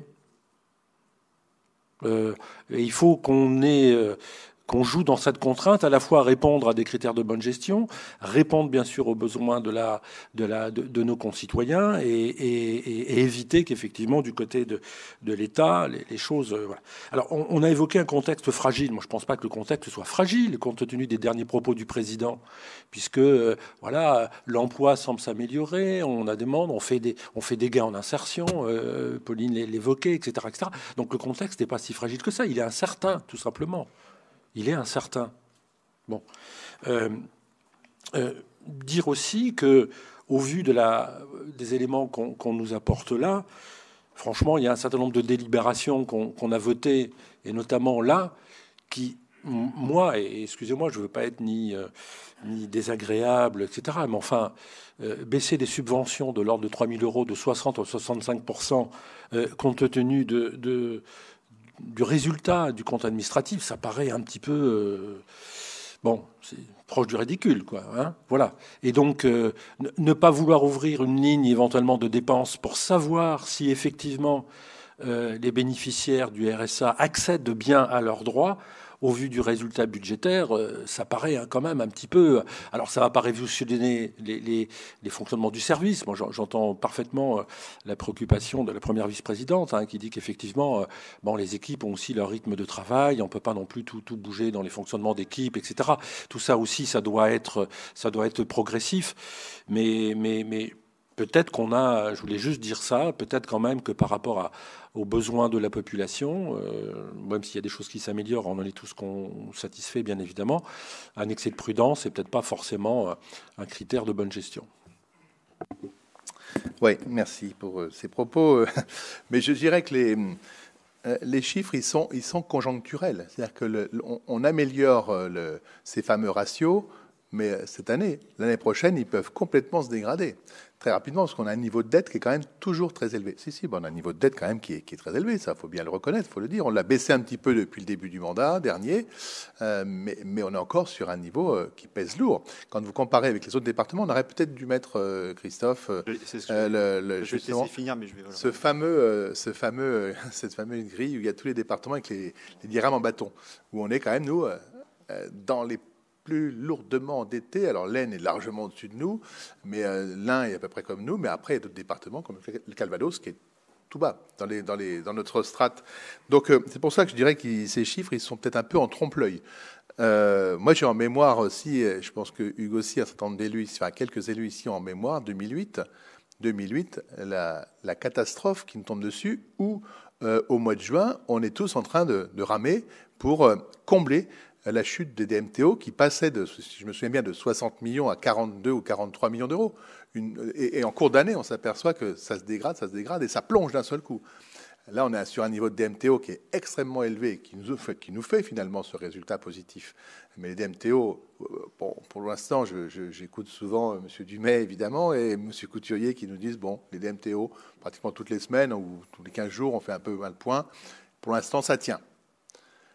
Ça tient, tant mieux. On n'est pas à l'abri d'une catastrophe. Et tout à l'heure, Vanessa Slimani l'a dit, le contexte international fait qu'on peut être extrêmement inquiet, surtout à partir de septembre.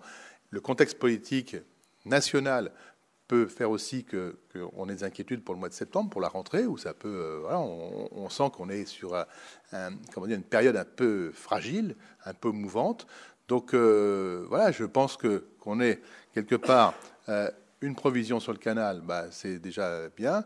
On a la SEM aussi qui nous prend aussi un peu de l'excédent. La création d'une SEM, c'est pas rien, c'est pas anodin, mais c'est un investissement pour l'avenir. C'est-à-dire que cette SEM, elle est destinée aussi à produire. Alors, à la fois une vertu écologique, parce qu'on va produire de l'énergie décarbonée, on va produire une énergie électrique à partir du soleil, mais dans le même temps, ce que je souhaite, parce que quand on investit sur l'avenir et quand on investit 8 millions d'euros, on doit avoir quelque part un retour sur investissement qui nous permettra après certainement d'assumer toutes nos politiques sociales. Mais voilà, donc je dirais pas excès de prudence, parce que on gère, on essaie de gérer au mieux cette collectivité, mais voilà, avec toujours, parce qu'on a un petit peu d'arrière, on a un peu l'expérience de voir aussi parfois des effondrements, et puis, comme je disais, l'augmentation du prix des carburants, l'augmentation du point d'indice, qu'on apprend en cours d'année. C'est-à-dire que quand on a fait le budget, on ne savait pas que le point d'indice, il allait être rehaussé à ce niveau-là. Quand le département de France négocie directement avec le ministre et puis qu'on augmente la tarification dans les SAD de façon extrêmement importante, ça aussi, ça se fait. Puis on nous dit, c'est rétroactif en plus, donc vous l'appliquez. Et ainsi de suite, je peux citer. C'est bon. Donc il faut un peu de mou, comme on dit. Pour y arriver. Oui, Christophe Bouquet a demandé la parole. Oui, juste pour compléter ce qui vient d'être dit, je pense que oui, ça mériterait qu'on aurait peut-être repris ce fameux graphique avec les différents départements, parce qu'on aurait vu à la fois qu'on avait un niveau de dette qui est quand même assez élevé pour notre strate, et il faut se féliciter aussi notamment que nous puissions utiliser cet autofinancement pour diminuer nos emprunts, ce qui nous permet effectivement de corriger le tir à ce niveau-là, et qu'on est sur un volume d'investissement pour cette strate qui est très important aussi par rapport aux autres départements, donc qui nécessite d'avoir une soutenabilité aussi, toujours en ligne de mire aussi, ce regard et cette surveillance au niveau de la dette. Donc là-dessus, on voit bien que dès qu'on a un effet d'aubaine comme ça, il est affecté sur une diminution de l'emprunt. Cette année, on aura quand même 77 millions d'euros d'emprunt, même si on la corrige.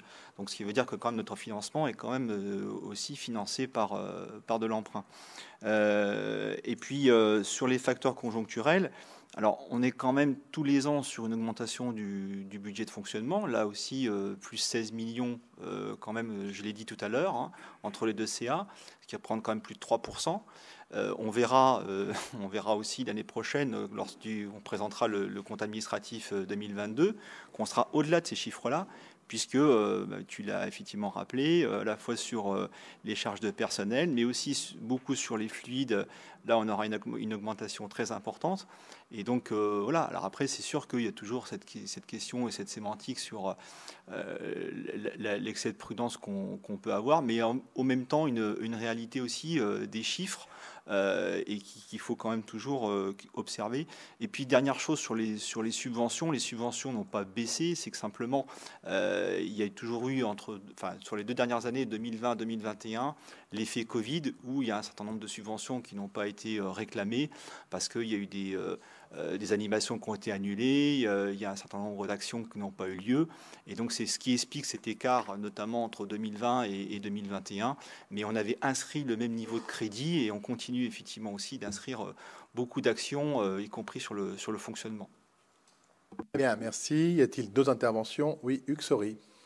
Juste un mot, Président, pour féliciter notre excellent collègue Jean-Vincent, parce que pendant qu'il parlait, je regardais la ville de Chécy et je voyais que la capacité de désendettement était de 1 an, alors que la moyenne de la strate est de 4,1 et que le taux d'épargne brute était de 21%, alors que la moyenne de la strate est de 16,80.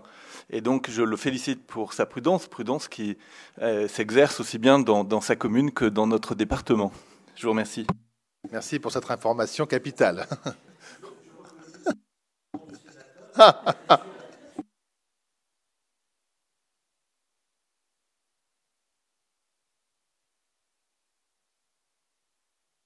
Oui, oui. Il semblait bien gardé à l'époque. Oh non.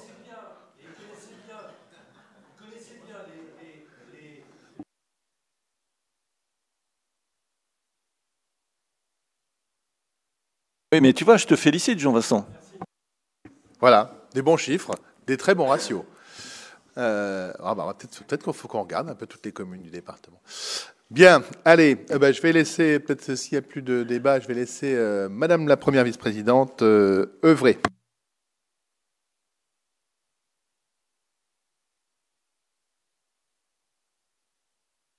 Bien, mes chers collègues, maintenant que le président a disparu de l'horizon, je vous propose que nous passions au vote. Y a-t-il des votes contre ce compte administratif?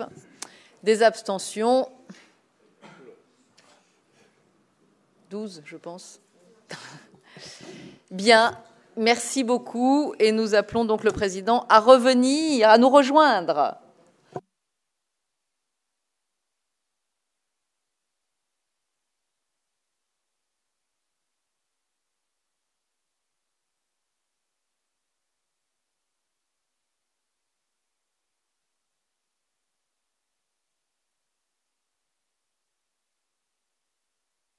Eh bien, on va passer maintenant à la DM, qui est une DM d'ajustement, hein, vous l'avez vu, rien de révolutionnaire dans cette décision modificative. Alors, merci Président. Donc, on va effectivement passer assez rapidement sur cette DM1. Est-ce qu'on a le slide, Olivier? Ouais. Comme tout à l'heure, un petit temps de... Dommage, on n'a pas une page publicitaire. Voilà. Donc voilà, c'est parti.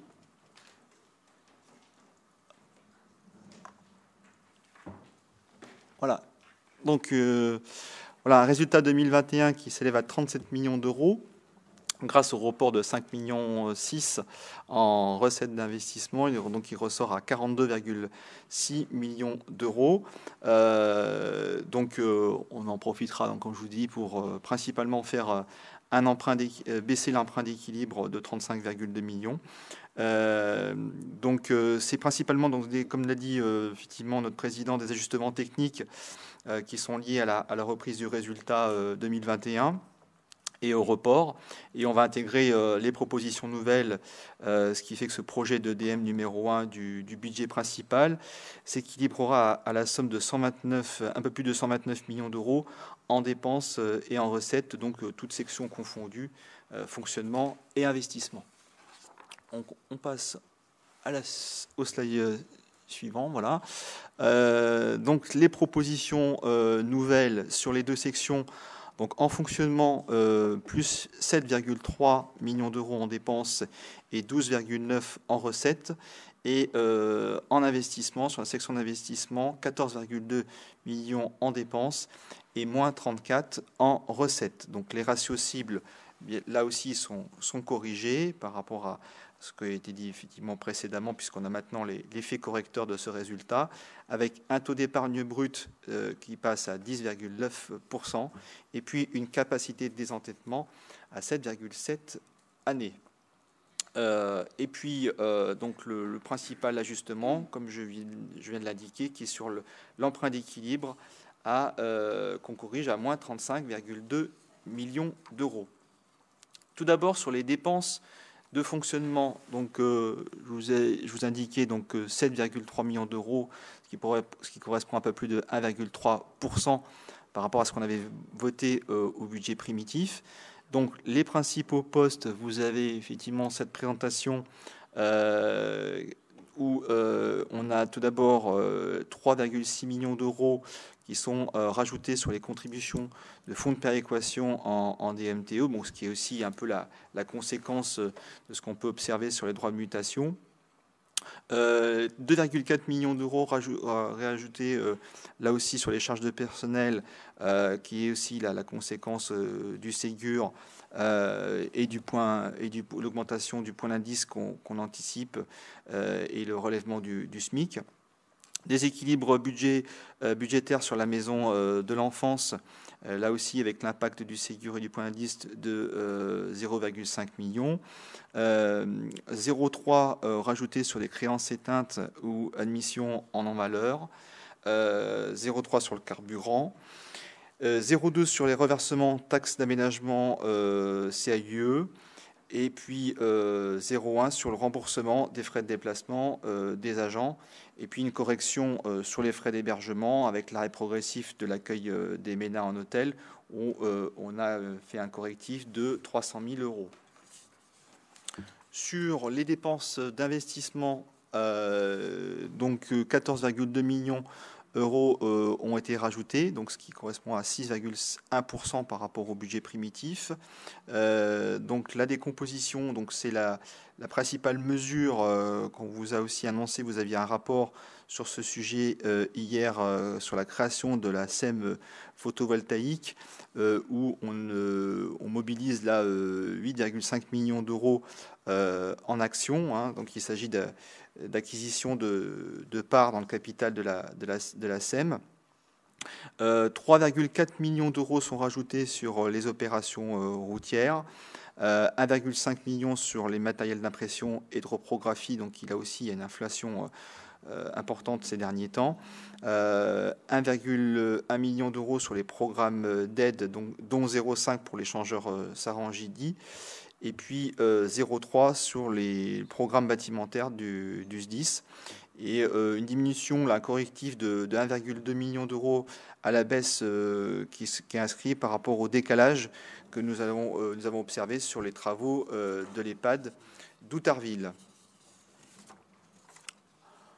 Ensuite, pour les recettes de fonctionnement, une augmentation de 2,1%, donc à peu près 13 millions d'euros en tout. Tout d'abord, pour ce qui concerne les pénalités dans la DSP 3 sur le très haut débit, les pénalités envers SFR, là on inscrit 6,1 millions d'euros, c'est à peu près le calcul qui a été estimé. 2,7 millions d'euros sur la fraction de TVA compensatoire de la taxe sur le foncier sur les propriétés bâties. Donc ça, c'est suite à la notification qu'on a reçue en cours d'année. Notification aussi en CVAE qui nous fait appliquer un correctif de 2,5 millions d'euros. Et puis 1,3 million de rajoutés sur le fonds de péréquation de droits de mutation. La notification aussi sur la DGF nous permet d'avoir aussi un correctif de 200 000 euros. Sur les recettes d'investissement, principalement, comme je vous l'ai indiqué tout à l'heure, l'ajustement de l'emprunt d'équilibre pour 35,2 millions d'euros. Et puis, de façon un petit peu plus accessoire, 300 000 euros d'ajustés sur la subvention de l'État pour le déploiement du très haut débit, et puis la subvention aussi de l'État pour les travaux du pont de Châtillon de 100 000 euros. Et ça, ce sont des subventions d'investissement. Bon, je ne vais pas rentrer non plus là aussi dans le détail sur les correctifs qui sont appliqués aussi sur les autorisations de programme donc en investissement. Correction de 9,1 millions d'euros. Alors à la fois en maîtrise d'ouvrage pour 8,7 millions d'euros, dont 5,5 millions pour le programme des routes, 2 millions pour les collèges, et puis 0,6 pour les bâtiments administratifs. Et puis au titre des subventions, une correction de 0,4 millions d'euros qui correspond donc à l'enseignement supérieur, et puis 0,2 pour l'aménagement. Et là on retrouve la démographie, enfin l'action sur la démographie médicale et les communes à faible population.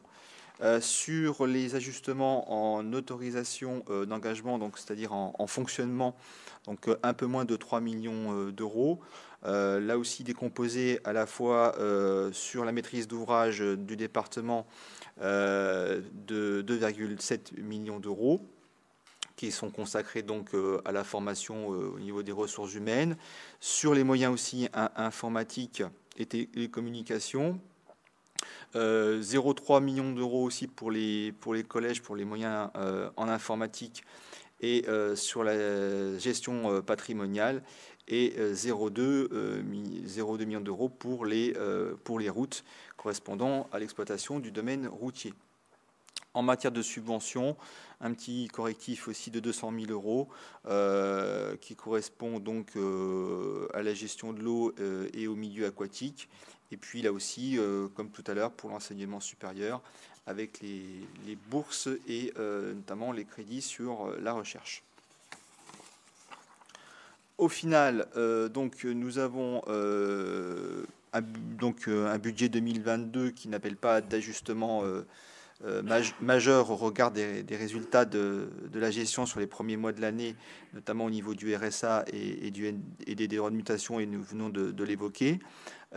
Une DM qui est marquée donc, principalement par le correctif sur l'emprunt, et puis sur les crédits que nous avons inscrits pour capitaliser la SEM, énergie renouvelable, de l'ordre d'un peu plus de 8 millions d'euros. Et donc, pas d'annonce majeure sur cette DM numéro 1. Voilà, Président. Merci. Oui, il y aura une DM2. J'espère qu'elle sera tout autant, je dirais, facile, parce que cette DM1, voilà, c'est de l'ajustement, comme on a dit. Alors, est-ce qu'il y a des questions? Oui, Vanessa Slimani. Non, juste une intervention, une explication de vote. Vous l'avez dit vous-même, cette DM, hormis la SEM, n'amène pas forcément de nouveaux éléments, si ce n'est la reprise du résultat. Donc, en cohérence avec le vote du budget, voilà, nous nous abstiendrons sur cette décision modificative. Voilà, figurez-vous que je m'y attendais un petit peu. Alors, est-ce qu'il y a d'autres remarques ou d'autres questions? Non, je vous propose de voter cette DM. Donc, je crois que je connais déjà le résultat du vote. Alors, est-ce qu'il y a des votes contre? Des abstentions? 12. Alors, on a une interrogation au niveau des pouvoirs. C'est bon, c'est réglé, parce que Hélène avait le pouvoir de Christophe. Vous avez transféré les pouvoirs? D'accord, ok. Bon, c'est bien. D'accord, ok, ça marche. Voilà, que tout soit bien cadré. Ok, donc très bien, merci à vous. Donc dernier rapport qui concerne la présentation donc assez brève du programme pluriannuel d'investissement, mais vous sur le mandat, évidemment vous avez dû le lire dans le détail, et vous avez un tableau qui peut paraître indigeste, mais en tout cas qui est très précis et qui peut quand même varier aussi, qui peut évoluer. Donc je pense que vous le savez, dans une collectivité comme la nôtre, on a besoin d'avoir une feuille de route avec un guide de nos projets, tout en admettant aussi qu'il y ait des possibilités d'introduire d'autres projets. Je prendrai l'exemple de la maison de l'enfance d'Amilly. Sur le précédent mandat, en 2015, nous n'avions pas du tout idée de ce projet, et puis il s'est présenté. C'était une opportunité qu'il a fallu saisir et sans hésiter. Je remercie d'ailleurs l'Assemblée de l'époque qui a, je dirais, voté totalement ses crédits pour la création de cette maison de l'enfance. Donc il peut y avoir des projets qui apparaissent comme celui-ci, puis d'autres qui aussi, au gré d'actualité, se décalent. Mais en tout cas, ça, c'est une première feuille de route avec, vous le voyez, un volume de projets à financer sur le mandat d'1,31 milliard d'euros. Donc avec ce qui est détaillé, des 617 millions d'euros de dépenses d'équipement, 250 millions d'euros au titre du gros entretien, ça aussi c'est important, notre patrimoine, il faut l'entretenir, qu'il soit bâtimentaire ou routier. Les 156 millions d'euros au titre des programmes des aides, là aussi, les communes sont dans l'attente de ces aides, évidemment. Il y aura le prochain volet 4 qui va arriver aussi, puisque l'appel à projet a été lancé. Donc là, ce sont des crédits extrêmement importants. On n'a pas du tout terminé de financer le précédent volet 4, c'est le plus gros volume. Mais voilà, donc en tout cas, on a tous ces dispositifs qui sont évidemment toujours bien présents. Et puis les 8 millions d'euros qui seront affectés au capital de la SEM ENR. Voilà, vous avez après une ventilation dans les critères des Nations Unies. Alors vous retrouvez des termes qui sont pas forcément, qu'on n'a pas forcément tous, pas forcément dans nos chapitres. Alors il a fallu les insérer nos investissements dans ces critères. Voilà, vous avez donc l'ensemble, je ne reviens pas dessus. Puis vous avez après tout le tableau dans le détail, et donc que vous avez dû voir comme je l'ai dit. Donc je vais vous laisser la parole évidemment sur ce rapport qui doit être validé par un vote. Baptiste Chapuis, Vanessa Slimani et Hugues Rimbourg. Grégoire Chapuis. J'ai l'habitude. Une question par rapport à ce qui est proposé. Je ne vois pas apparaître l'EHPAD de Fleury, ce qui est peut-être lié à des questions administratives et de dépôt de dossier, mais je vois à côté de ça apparaître des projets qui ne sont pas aujourd'hui clairement financés et qui sont mis sur des enveloppes, ce qui est normal sur un PPI. Mais je vois que l'EHPAD n'apparaît pas du tout. Donc déjà, ça m'inquiète sur la situation de l'EHPAD, mais je ne doute pas que vous allez me rassurer très vite. Mais ça me questionne aussi sur la façon dont est composé le PPI et sur cette marge qu'il y a, le delta, avec s'il y a un certain nombre de projets du type de l'EHPAD, parce qu'on n'est quand même pas sur des montants anodins. Est-ce qu'on a d'autres projets de ce type qui sont dans les tiroirs, mais logiquement pas très loin d'être sur la table quand même? Donc je vais laisser Christian ensuite, évidemment. On est dans l'enveloppe Loiret bien vieillir. Donc en gros, en moyenne, les aides pour les reconstructions d'EHPAD, on était à peu près entre 900 000, 1 million, 1,2 million d'aides départementales. Donc là, c'est simplement parce que il me semble me souvenir, mais Christian le précisera, on n'a pas aujourd'hui d'estimation précise. L'EHPAD de Fleury, il est en gestation, il est encore il est en cas de formalisation, mais évidemment, bien sûr qu'il sera dedans. Je peux vous rassurer, chers collègues. Oui, tout à fait. Pour aller dans le sens de ce que vient de dire notre président, aujourd'hui sur l'EHPAD de Fleury, on n'a pas du tout de chiffrage, d'éléments et de visibilité encore concernant ce projet. Et sur le Loiret bien vieillir, oui, effectivement, on est autour d'1 million d'euros en moyenne sur les travaux qui sont menés sur les projets concernant ces EHPAD-là. Parfois un peu plus. Outarville, c'est aujourd'hui estimé à plus de 3 millions d'euros. Mais vous avez vu tout à l'heure, on a décalé 1,2 million parce que là aussi, il y a toujours les négociations avec l'établissement dans le cadre d'une vente et d'un transfert à l'établissement du bâtiment qui nous appartient, ainsi qu'à Malesherbes et à Dadonville. Dorville, excusez-moi, j'ai mangé le nom, et c'est la raison pour laquelle on a décalé là 1,2 million qu'on vient de voir précédemment. Voilà. Ouais, il reste 14 millions d'euros sur le plan Loiret bien vieillir, donc 14 millions, ça veut dire que Voilà, dedans, il y a Fleury, il y en a d'autres aussi. Mais c'est pas facile. Hein. Il y a parfois des établissements qu'il faut vraiment pousser. Hein, où il faut vraiment. Non, mais pour leur dire, ça peut pas durer. Monter un projet, alors c'est pas facile. Hein, quand on a une direction qui est occupée aussi par bien d'autres tâches. Ce qui me fait dire que je l'ai dit, je peux c'est ici que je l'ai dit hier, mais notre décentralisation va pas assez loin. À un moment, faut dire, là, mais carrément, la politique EHPAD, c'est pour les départements. Qu'on prenne, comme les collèges, on prend toute la politique bâtimentaire. Par contre, la partie sanitaire reste de l'État, mais qu'on nous donne les moyens, qu'on nous donne la main. Là, on est entre deux, donc ça veut dire on négocie, on dit voilà, allez-y, démarrez vos travaux, enfin faites votre projet, démarrez vos travaux. Et la preuve, c'est qu'on avait mis, je crois que c'était 23 millions d'euros sur le plan Loiret bien vieillir sur le précédent mandat, et il nous en reste encore 14. Bon, voilà, donc rassurez, j'espère, Grégoire. Vanessa Slimani. Oui, merci. Peut-être une intervention sur la méthode. Vous avez fait effectivement aujourd'hui le choix donc, de présenter, après avoir travaillé un PPI, en classant du coup les investissements selon les axes de la stratégie Loiret Planète en tête et pas en fonction des thématiques des différentes commissions intérieures. Voilà, moi je remercie le fait que ce soit présenté évidemment en session. Par contre, ça a été présenté en commission finance et nous avons été surpris que ce ne soit pas présenté dans les autres commissions intérieures. Voilà, la question de Grégoire Chapuis montre en tout cas qu'il y aurait pu y avoir des échanges intéressants dans nos différentes commissions.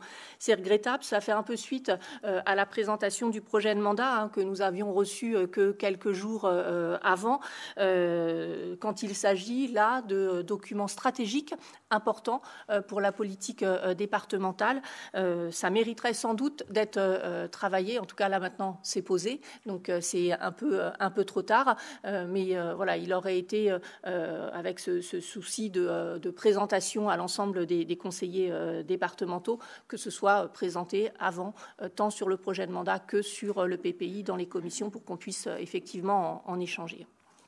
Effectivement, c'est une déclinaison du projet de mandat, mais auquel on rajoute aussi, c'est le projet de mandat qui s'ajoute plutôt déjà aux coparties, aux dossiers, aux projets qui sont déjà en cours, certains au long cours. Je pense à la déviation de Jargeau, qui est vraiment une déviation, un projet au long cours qu'on retrouve, et tout comme notre PPI collège.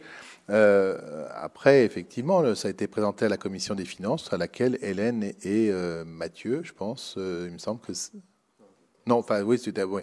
Mais en tout cas, Hélène Lorme, votre présidente de l'intergroupe, était présente dans cette commission des finances. Donc après, il faut, je le dis, alors je le répète pour tout le monde.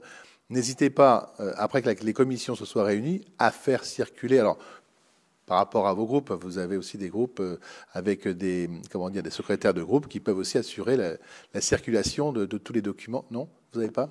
Donc, la circulation de l'information, elle se fait. C'est le fait de pouvoir effectivement peut-être en échanger avec les autres élus départementaux au sein des commissions. C'est le lieu. Bien. Est-ce que donc Hugues Rimbaud, oui, qui avait demandé la parole. Merci, Monsieur le Président. Mes chers collègues, quelques commentaires sur le PPI. D'abord, un motif de satisfaction, c'est la SEM-ENR. Ça, c'est un grand pas en avant de la collectivité. Et, je remercie toute l'Assemblée, le Président et Monsieur Riglet pour avoir porté ce dossier qui est un sujet d'avenir. Et j'espère que les projets vont ensuite se succéder. Alors, quelques points, au contraire, d'insatisfaction. On a regardé un peu ce qui concerne les mobilités. On a recensé les différentes sommes et on aboutit à environ 400 millions d'euros dans ce PPI pour tout ce qui est construction et entretien des infrastructures routières. Et au regard de ces 400 millions d'euros, il y a 20 millions d'euros pour les mobilités durables, c'est-à-dire tout ce qui concerne le vélo, le covoiturage, autopartage, toutes les alternatives à la voiture. Et ça nous semble trop modeste, puisque le secteur de la mobilité, c'est quand même le point dur des politiques climat. C'est ce qu'on n'arrive pas à améliorer.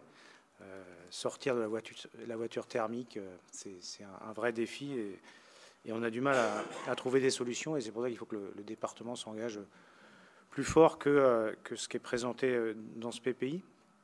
Il y a un autre volet sur la mobilité qui est celui de la voiture électrique. Parce qu'on ne veut pas relancer le débat entre la ville et la campagne comme on a commencé hier. Il faut des voitures et il faut que les gens puissent se déplacer partout sur le territoire. Et la voiture électrique, c'est une des solutions, mais ça nécessite de déployer des bornes. Et là, il n'y a pas de montant qui est inscrit dans ce PPI sur le déploiement d'un réseau de bornes, qui est pour l'instant insuffisant. On a voté hier en commission permanente l'établissement d'un schéma directeur, donc ça va dans le bon sens, mais ça ne va pas assez vite.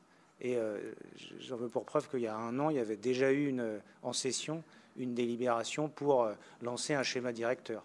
Donc il s'est passé un an et on ne voit pas les avancées et on ne sent pas la même énergie que pour la SEM dans le déploiement des bornes électriques. Peut-être parce qu'il y a des doutes vis-à-vis de la solution électrique. On se demande si c'est la bonne solution. Pour nous, c'est la bonne et il faut aller plus vite. Bien, merci. Je vais laisser peut-être Hervé Gora et Jean-Luc Réglet, je ne sais pas dans quel ordre, répondre. Monsieur le Président, je n'avais pas tout à fait terminé. Tu n'avais pas terminé? Ah, non. Pardon, excuse-moi.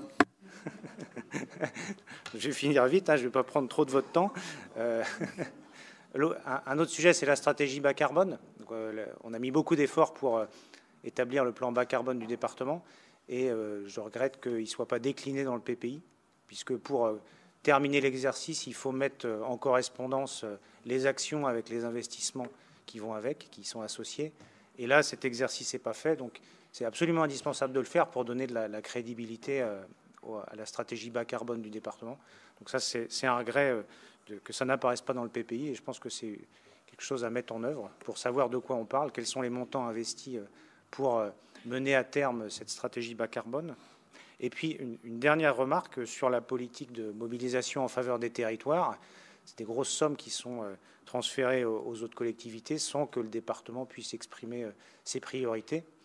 Et le projet qui arrive à terme actuellement, c'est Comet.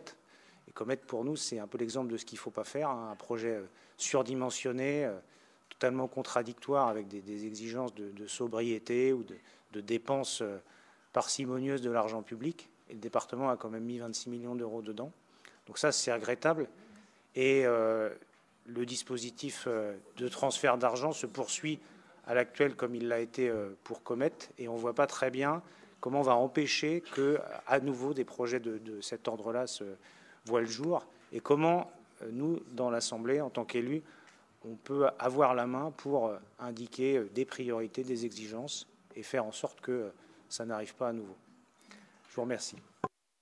Alors, les collègues. Bien.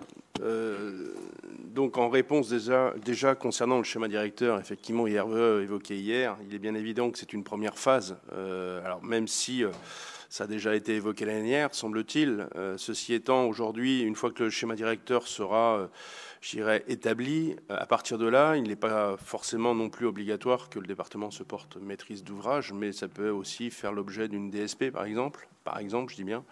Donc, aujourd'hui, la réflexion reste entière. Et à ce titre, je pense que le schéma directeur, l'établissement du schéma directeur et RVE nous donnera des options à mettre en place derrière. Donc aujourd'hui, c'est une première étape. Il est évident qu'il faut, aller le plus vite possible. On le voit bien, le déploiement, des bornes va être quelque chose à mettre en place assez rapidement. On nous pousse dans tous les sens, aussi bien, les constructeurs automobiles, mais pas que. Et donc, il faut mettre les moyens pour déjà établir cet état des lieux, puisque c'est l'objet du schéma directeur. Et à partir de là, justement, engager derrière de l'action. Voilà. Je vais répondre sur effectivement les priorités. C'est une vraie volonté du département de ne pas s'immiscer dans la gestion des communes et des EPCI. On vit à l'échelle des communes et des EPCI beaucoup de difficultés avec le cahier des charges d'un certain nombre de financeurs qui du coup nous obligent à ne rien faire puisqu'on n'arrive pas à accéder aux exigences des uns et des autres. Donc c'était une volonté du département de se mobiliser auprès des territoires sans effectivement s'immiscer dans la gestion. Oui, Hugues, concernant donc la lutte contre le carbone, tu sais très bien qu'on l'a vu en commission, on va mettre en place et on a mis en place des suivis bien précis avec des commissions, des copiles, etc. Donc ça fait partie aussi de notre volonté de réussir. Alors peut-être que effectivement les sommes ne sont pas forcément marquées dans le PPI, mais toutefois ce suivi va faire que de toute façon, nous aurons la possibilité de mettre des sommes en fonction de ce qu'on va voir arriver après le suivi, parce que pour l'instant, il faut qu'on fasse un bilan. Donc, tu l'as vu, on va faire un suivi régulier avec un bilan à la fin de l'année.